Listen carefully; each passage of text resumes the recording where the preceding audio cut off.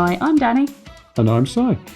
Welcome to Business and a Brew, a podcast dedicated to all things business with the occasional cuppa.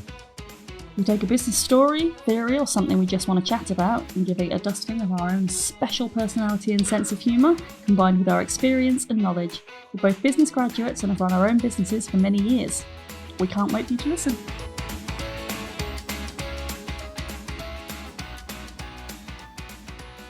Good afternoon. Afternoon. Well, it'll be good morning when people listen to this, but never mind. Mm-hmm. They might listen to it after, they might listen to it at night time. They don't necessarily know whether we did record it morning or afternoon. We could be fooling them, it could actually be midnight. we do it overnight like vampires. Right. Do you know, I know the answer to this question, but do you know who WeWork are? I actually don't. And they're not what they thought you were when we first said the word WeWork. It's not WeWork, it's WeWork. Well, no, it's two words. It's got two capital letters in it, but it's one word. All right. WeWork. Right. We work. Anyway.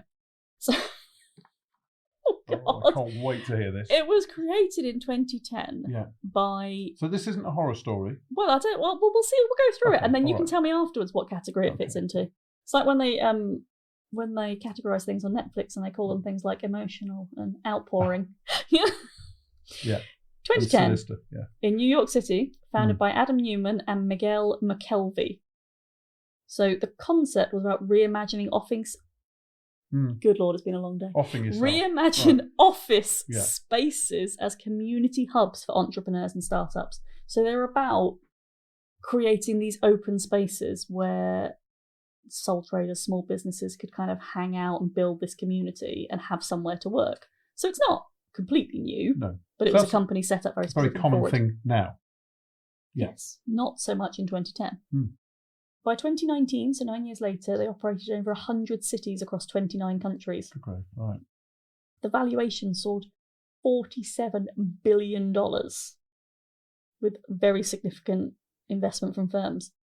So it was in London, it was in multiple locations in London, which was catering to the UK's growing freelance and startup culture. Because at the time, that was the start of it.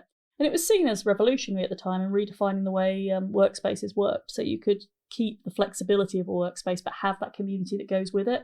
It's about cremating.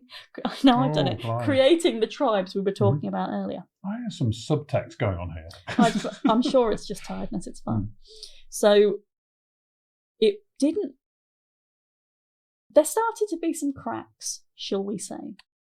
So there were some questionable financial practices, some of which were long-term office spaces, which were sublet short-term, which meant they had a massive cash flow mismatch because obviously they had a long-term rent, but they were short-term letting them and then having to re-let them, leading to periods of emptiness. So this is like rent to rent that you get in holiday accommodation. Yeah. And there was also some where they were owning the leases themselves and leasing them back to themselves. Right. Which is obviously almost money laundering. I'm not really sure how that works, but it's not great. So in the first half... That's fuddling the figures. It is a bit. In the first half of 2019, they reported a net loss of $904 million. Oh my God. On $1.54 billion in revenue. Yeah, so there's obviously some financial questionable things if you're losing that much money on that much revenue. And the difference between a million and a billion? Zeros. Yeah, but in seconds. A million seconds is 12 days. Yes. A billion seconds is 34 years. That is quite the fact. So put it in dollars terms, yes, that is a huge distance. That is a huge... I don't know how they spent that much money. So obviously, there was a load of uncertainty around 2019. There was the Brexit uncertainty and stuff like that, and it started creating, financially, it created a very unstable environment. There was also some leadership controversies, because Adam Newman had... Obviously, he was one of the ones that owned the property and leased them back to himself. But there was also alleged erratic behaviour. So even though his title was CEO, he was called the partier-in-chief. The what? The partier-in-chief. They actually spelt it with a Y, which is even weirder. The partier-in-chief. And he did a lot of things like transporting marijuana intentionally on his private jets. They were just like these massive party jets. Yeah, well, obviously money Corrupt. Absolutely.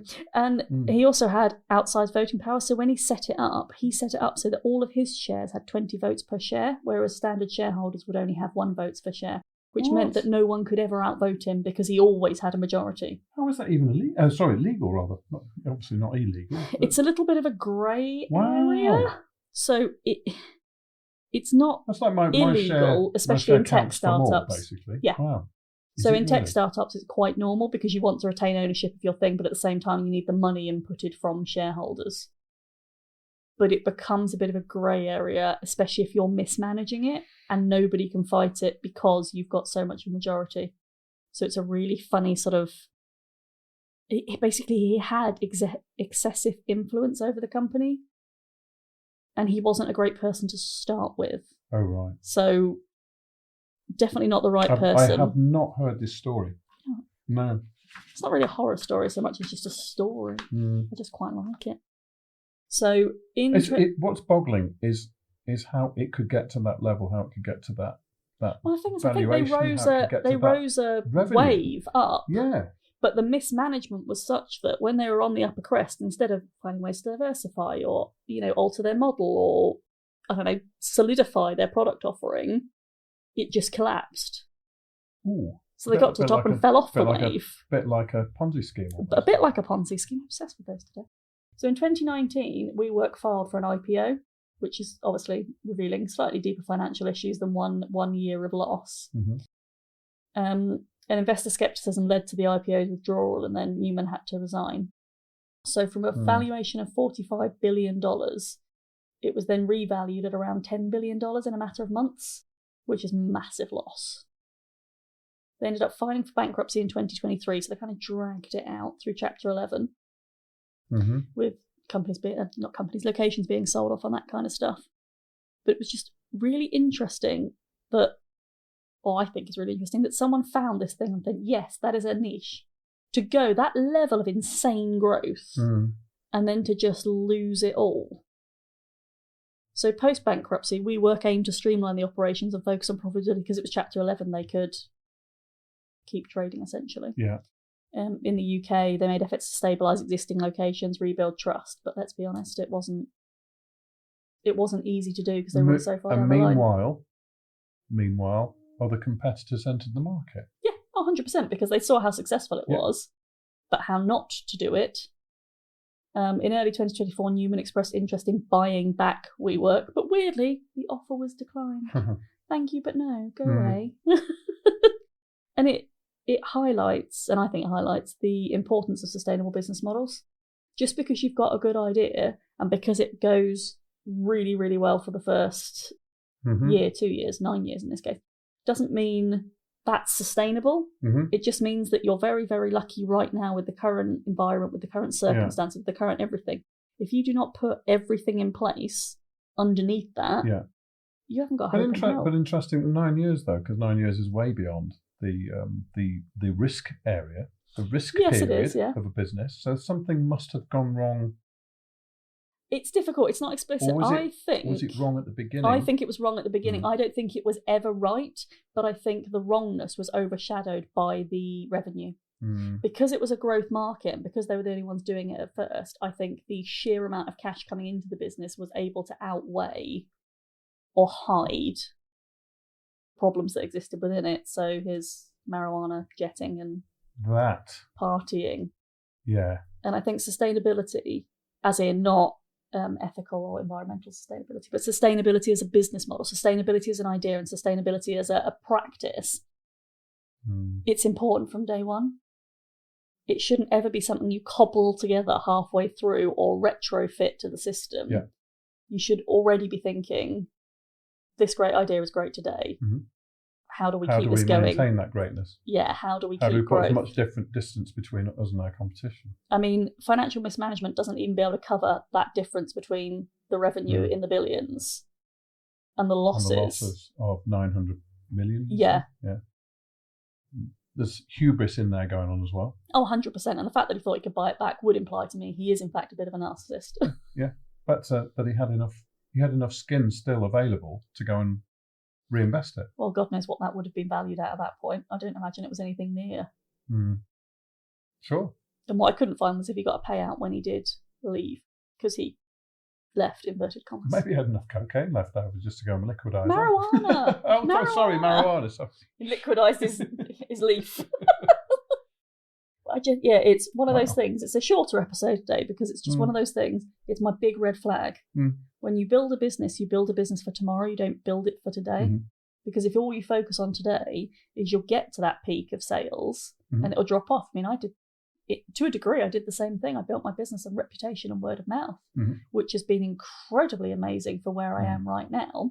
But when it got to the point where I thought, right, I want to generate additional leads for, passive income or course revenue, I didn't have that audience ready because I hadn't needed to build it at any point. And I think that's, for me, an example of my own. There wasn't hubris. I think it was short-sightedness. I was involved. I was day to day. Did that mean that you were taking your eye off the main journey and diverting your attention to the new parts of the business? Is that what was happening? No, I don't think so. I think it just meant I was then spread out over a few more things instead of having this pool of people who were already inside my world and were willing to listen to me or were invested in what I was saying. I've had to build that pool from scratch.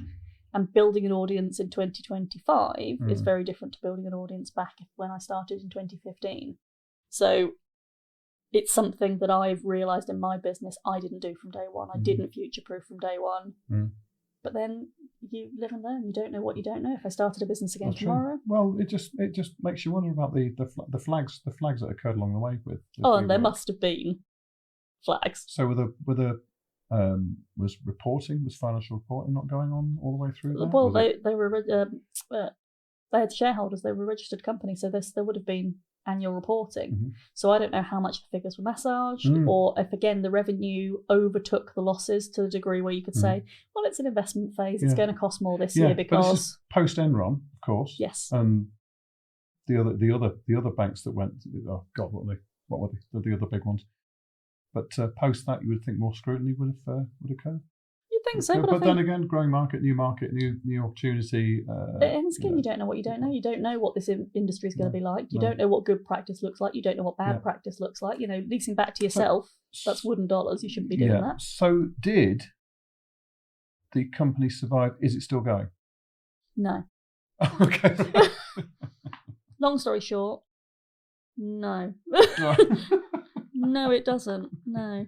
But I'm not really surprised. That was a really short story, even shorter. But yeah, it doesn't. And I'm not surprised. Okay. I'm not surprised at all. Interesting further reading on that. Right, great. Oh, there's another one you can read. But that's a shorter one for people with short attention spans. Thank you very much. I'm sure there are a few. Thank you. Great little story. Thank you.